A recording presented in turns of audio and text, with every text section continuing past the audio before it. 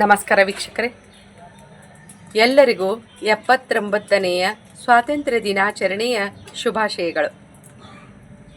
ಈ ದಿನ ಮತ್ತೊಂದು ಕವಿತೆಯನ್ನು ವಾಚನ ಮಾಡ್ತಾ ತಮ್ಮನ್ನು ಭೇಟಿಯಾಗ್ತಾ ಇದ್ದೀನಿ.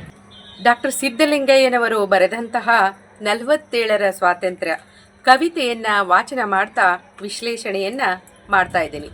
ಹಾಗಾದರೆ ಬನ್ನಿ, ಕವಿತೆಯ ವಸ್ತು ಹೇಗಿದೆ ಅಂತ ನೋಡ್ತಾ ಹೋಗೋಣ. ಕವಿತೆಯ ಶೀರ್ಷಿಕೆ 47ರ ಸ್ವಾತಂತ್ರ್ಯ.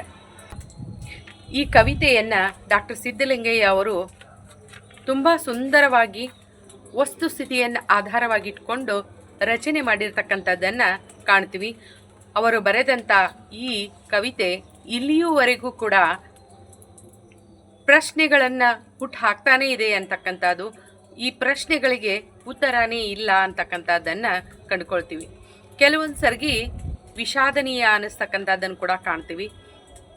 ಆ ಹಿನ್ನೆಲೆಯಲ್ಲಿ ನೋಡ್ತಾ ಹೋದಾಗ ಯಾರಿಗೆ ಬಂತು, ಎಲ್ಲಿಗೆ ಬಂತು 47ರ ಸ್ವಾತಂತ್ರ್ಯ, ನಮಗೆ ದೊರಕಿದಂಥ ಸ್ವಾತಂತ್ರ್ಯದ ಯಾರಿಗೆ ದೊರಕಿದೆ ಅಂತಕ್ಕಂಥದ್ದು, ಯಾವಾಗ ದೊರಕಿದೆ ಅವಾಗಿಂದ ಹಿಡಿದು ಇಲ್ಲಿಯವರೆಗೂ ಕೂಡ ಸಮಸ್ಯೆಯ ಸುರಿಮಳೆಗಳು ಸುರಿತಾನೇ ಇದೆ.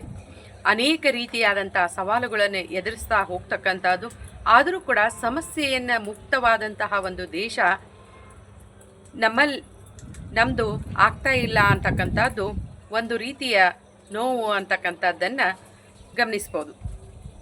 ಟಾಟಾ ಬಿರ್ಲಾರ ಜೇಬಿಗೆ ಬಂತು, ಜನಗಳ ತಿನ್ನುವ ಬಾಯಿಗೆ ಬಂತು 47ರ ಸ್ವಾತಂತ್ರ್ಯ.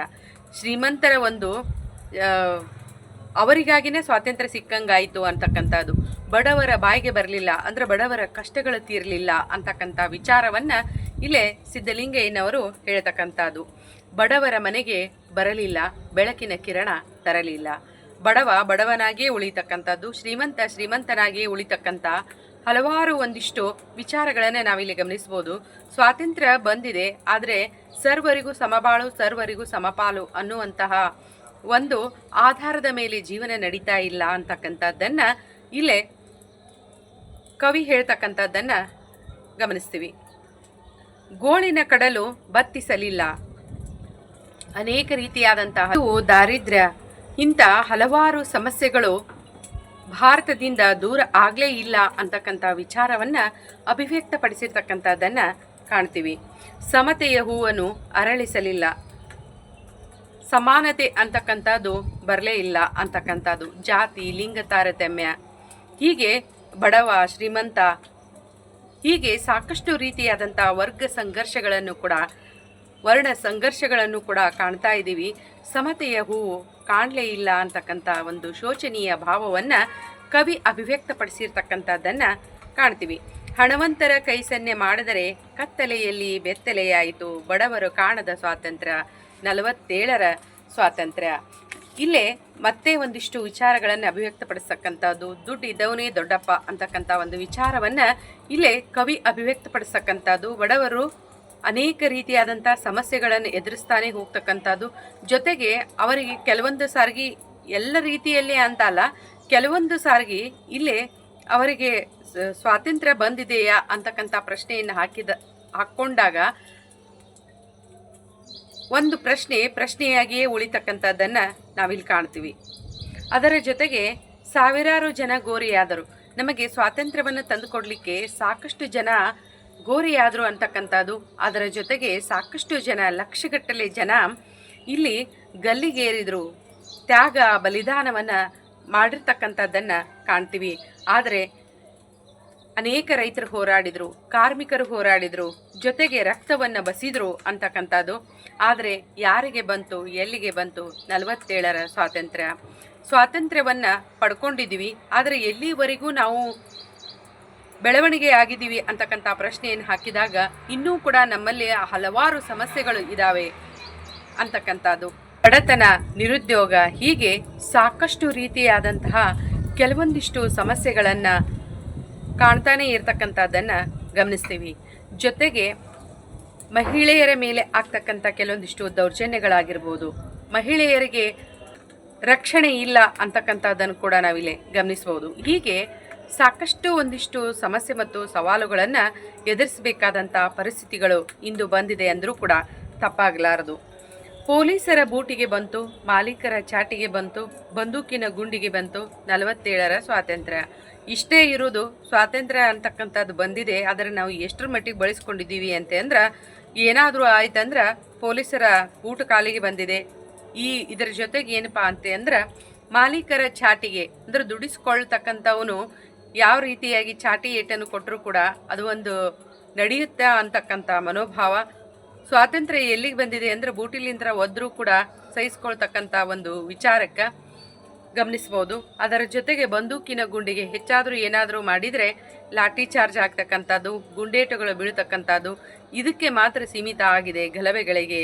ಆದರೆ ಒಂದು ಉನ್ನತಿಯತ್ತ ನಮ್ಮ ದೇಶ ಹೊರಡ್ತಿದೆಯಾ ಅಂತಕ್ಕಂಥದ್ದು, ಕೆಲವೊಂದಿಷ್ಟು ಸೌಲಭ್ಯಗಳನ್ನು ನಾವು ಹೊಂದುತ್ತಿದ್ದೀವ ಅಂತಕ್ಕಂಥ ಪ್ರಶ್ನೆಯನ್ನು ಕೂಡ ನಾವಿಲ್ಲಿ ಕಾಣ್ತೀವಿ. ಪಾರ್ಲಿಮೆಂಟಿನ ಕುರ್ಚಿಯ ಮೇಲೆ ವರ್ಷಗಟ್ಟಲೆ ಚರ್ಚೆಗೆ ಕೂತು ಯಾವುದಾದ್ರೂ ಏನಾದರೂ ರಾಷ್ಟ್ರದ ಒಂದು ಸಮಸ್ಯೆ ಉದ್ಭವ ಆಯ್ತಂದ್ರೆ ಪಾರ್ಲಿಮೆಂಟ್ ಒಳಗೆ ಅದನ್ನು ಕೂತ್ಕೊಂಡು ಚರ್ಚೆ ಮಾಡೋದ್ರೊಳಗೆ ಹೋಗ್ತಾರೆ, ನೇರವಾದಂಥ ನಿರ್ಧಾರಗಳನ್ನು ತೆಗೆದುಕೊಳ್ಳಂಗಿಲ್ಲ. ಆ ಒಂದು ಹಿನ್ನೆಲೆಯಲ್ಲಿ ಕೂಡ ಈ ಒಂದಿಷ್ಟು ವಿಚಾರಗಳನ್ನು ಅಭಿವ್ಯಕ್ತಪಡಿಸಿರ್ತಕ್ಕಂಥ ಯಾವುದೇ ನಿರ್ಧಾರಗಳನ್ನು ತೆಗೆದುಕೊಳ್ಬೇಕಾತಂದ್ರೆ ಪಕ್ಷಪಾತವಾಗಿ, ನೇರವಾಗಿ, ದಿಟ್ಟವಾದಂಥ ನಿರ್ಧಾರಗಳನ್ನು ತೆಗೆದುಕೊಳ್ಬೇಕು. ಆದರೆ ಇಲ್ಲಿ ಕೆಲವೊಂದಿಷ್ಟು ಪಕ್ಷಪಾತತನ ನಡೆಯುತ್ತೆ ಅಂತಕ್ಕಂಥದ್ದನ್ನು ಕೂಡ ಹೇಳ್ತಕ್ಕಂಥದ್ದು. ಯಾವುದಾದ್ರೂ ಒಂದು ಸಮಸ್ಯೆ ಇತ್ತಂದ್ರೆ ಆ ಸಮಸ್ಯೆಗೆ ನೆನೆಗುದಿಗೆ ಬಿದ್ದು ಬಿಡುತ್ತಾ ಪಾರ್ಲಿಮೆಂಟಿನೊಳಗೆ ಕೂತ್ಕೊಂಡು ಚರ್ಚೆಯನ್ನು ಮಾಡ್ತಾರೆ. ಆದರೆ ಆ ಸಮಸ್ಯೆಗೆ ಕೂಡಲೇ ಪರಿಹಾರವನ್ನು ಕೊಡಂಗಿಲ್ಲ ಅಂತಕ್ಕಂಥದ್ದನ್ನು ಗಮನಿಸ್ತೀವಿ. ಜೊತೆಗೆ ಬಡವರ ಬೆವರು ರಕ್ತವ ಕುಡಿದು ಏಳಲೇ ಇಲ್ಲ ಸ್ವಾತಂತ್ರ್ಯ, 47ರ ಸ್ವಾತಂತ್ರ್ಯ. ಕೊನೆಗೂ ಕೂಡ ಸ್ವಾತಂತ್ರ್ಯ ದೊರಕಿದೆ. ಯಾವುದೇ ರೀತಿಯಲ್ಲಿ ನಮಗೆ ಸ್ವಾತಂತ್ರ್ಯ ದೊರಕಿದೆ ಅಂತಕ್ಕಂಥ ಪ್ರಶ್ನೆಯನ್ನು ಹಾಕ್ಕೊಂಡಾಗ ಆ ಪ್ರಶ್ನೆಗೆ ಉತ್ತರ ಸಿಗುವುದು ತುಂಬ ಕಠಿಣವಾಗ್ತಕ್ಕಂಥದ್ದನ್ನು ಕಾಣ್ತೀವಿ. ಅನೇಕ ವ್ಯಕ್ತಿಗಳು ಬಲಿದಾನವನ್ನು ಕೊಟ್ಟು ನಮಗೆ ಸ್ವಾತಂತ್ರ್ಯವನ್ನು ಕೊಟ್ಟರು. ಆದರೆ ಆ ಸ್ವಾತಂತ್ರ್ಯವನ್ನು ಎಷ್ಟರ ಮಟ್ಟಿಗೆ ನಾವು ಸದುಪಯೋಗ ಪಡಿಸ್ಕೊಂಡಿದ್ದೀವಿ ಅಂತಕ್ಕಂಥದ್ದನ್ನು ವಿಚಾರ ಮಾಡ್ತಾ ಹೋದಾಗ ಎಲ್ಲವೂ ಕೂಡ ಹೆಚ್ಚು ಕಡಿಮೆ ಪ್ರಶ್ನೆಗಳೇ ಉದ್ಭವ ಆಗ್ತಕ್ಕಂಥದ್ದನ್ನು ಕಾಣ್ತೀವಿ. ಬಡತನ ನಿರ್ಮೂಲನೆ ಆಗಿದೆಯಾ? ಆ ಪ್ರಶ್ನೆಗೆ ಉತ್ತರವಿಲ್ಲ. ಮಹಿಳೆಯರಿಗೆ ಸ್ವಾತಂತ್ರ್ಯ ದೊರಕಿದೆಯಾ? ಆ ಪ್ರಶ್ನೆಗೆ ಅಲ್ಪ ಸ್ವಲ್ಪ ಉತ್ತರ. ಜೊತೆಗೆ ಆಕೆ ಸುರಕ್ಷಿತಳೆ? ಆ ಪ್ರಶ್ನೆಗೆ ಉತ್ತರವೇ ಇಲ್ಲ. ಹೀಗೆ ಇದರ ಜೊತೆಗೆ ಶಿಕ್ಷಣದ ಹಿನ್ನೆಲೆಯಲ್ಲಿ, ಆರ್ಥಿಕ ಅಭಿವೃದ್ಧಿಯ ಹಿನ್ನೆಲೆಯಲ್ಲಿ ಕೆಲವೊಂದಿಷ್ಟು ಪ್ರಶ್ನೆಗಳು ಪ್ರಶ್ನೆಯಾಗಿ ಉಳಿದಿರ್ತಕ್ಕಂಥದ್ದನ್ನು ಕಾಣ್ತೀವಿ.